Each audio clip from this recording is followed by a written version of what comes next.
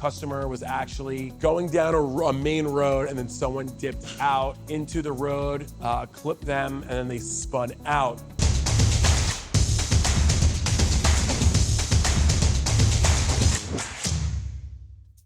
So guys, we have a 720S Spider in Burton Blue. For a very long time, this was the leader in this particular class of sports car. This has kind of been overtaken now by McLaren's own 750, which is a very similar car. It's a little bit of a facelift. It's got a full color match front end. And then it's also got a few performance upgrades from this car. This car is still fantastic, high performing car. It's got a great ability to switch between a very rough ride, which is stiff, and a little bit of a more comfortable ride because of its active suspension components that it has in the front. Very sophisticated, especially for its time, and it's definitely a car that's driving the technology on these standard road cars forward. This is a beautiful color. It is a two-stage color. We're gonna get this directly from Sickens. It's called Burton Blue. As you can see, this customer was actually going down a main road, and then someone dipped out into the road, clipped them, and then they spun out. So we have damage down this entire side. Both of the wheels are gonna be replaced. As you can see here, this wheel is mangled. It's taken way more abuse than we can see a lot of wheels taken. It's completely shattered. So this wheel, I think, hit a curb. Then this quarter panel is going to be removed and replaced, and adjacent panels are going to be blended. As you can see, even though we get this color directly from Sickens, it's got a very strong side tone of red. It doesn't always lay out perfectly, so we're going to be doing a little bit of blending on these adjacent panels just to make sure that we get an absolutely perfect color match. After that, we're going to be replacing this door. This door is very interesting. It's actually made of several different parts. So if you come close, you can see this is actually the door. On top of the door, we have this outer panel. We have this handle panel, which provides support and a stanchion between the two. And then down here, we have this lower door molding, which wraps up and almost simulates part of the fender.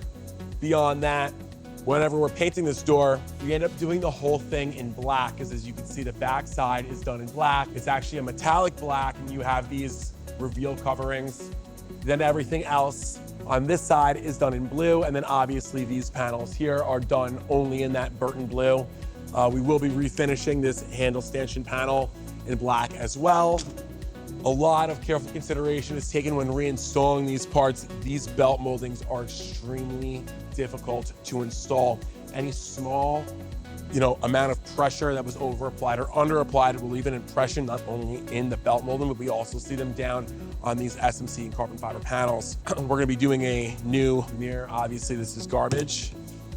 And then once again, the outward blends on the rest of these panels to make sure that we get a good color match. We're very fortunate in this instance where we don't have to get involved with these, because sometimes matching these colors throughout the entirety of the bumper ends up being a little bit difficult. So as you can see here, once you remove this front panel that's over there, it's like your luggage compartment, as well as this under tray, you have nothing here, and you're staring directly at the two rails that run out of the monocoque, and you can see up here, if you look past the lines that are coming out of the brake cylinder, you can see the actual sleeve that the rails run out of for the carbon fiber monocoque. These cars are really sophisticated. There's a lot going on, and even though they feel very sturdy, there's so much going on that sometimes I feel like they're a little bit delicate, and you have to be very careful with everything. There's so much fitment, there's so much aero, there's so many intakes and ducts. It's a lot of work to realign everything. A lot of people look at this stuff and they wonder why things take so long. There's so much fitment that goes involved. I mean, if you look at this bumper alone, there's 1, 2, 3, 4, 5, 6. There's another piece over here, 7, just on the exterior panels that you're gonna see on this bumper. So lining everything up previous to doing repairs, making sure that everything fits properly. And then again, like I said before, like for example, with those belt moldings, if everything doesn't go on with the proper amount of pressure, you're gonna leave impressions, and you're either gonna be stuck with waves and indentations for the life of the car, or you're doing a ton of body work trying to move backwards and repair what you did. So as of now, the car was inspected while it was fully assembled, which is what we need to do with the insurance companies. They want to see the car in its as close to its original state as possible. So once that's done, we take the whole car apart as much as we can at that time for its repair. Obviously, there's certain things like the glass coming out that we don't do until the car goes right into the booth, or wheels coming off, or certain things just because we need that mobility around the shop for different stages of the repair.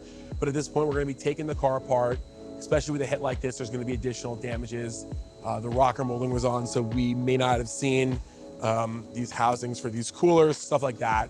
So we want to make sure that we get all the damage at this stage, all the parts are ordered, because coming from another country, coming for such a low volume production car, it's not always easy to get these parts. So if we could put the order in initially and in one shot, it makes it a lot easier for everyone. From this point on, any body repairs that can be done, which I don't think there really are any in this case. I think everything that got touched is warranty replacement.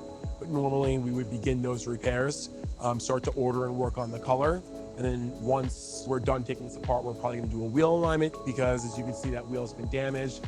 And if this doesn't go on an alignment machine, it's gonna be very hard to see very slight small bends in what are already curved suspension components. So once we have all the damages addressed and everything as far as that's concerned, we're basically just waiting on new parts. We're gonna do a full fit up. So we're basically gonna reassemble this entire car without any paint on it, just so we know that everything fits properly. We have the right parts. We're gonna disassemble that.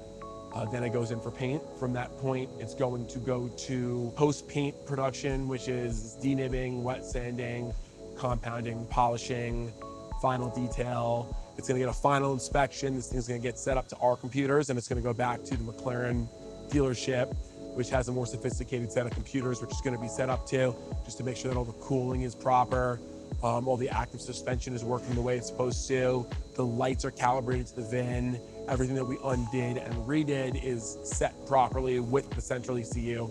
And from there, it goes back to the customer and they're happy.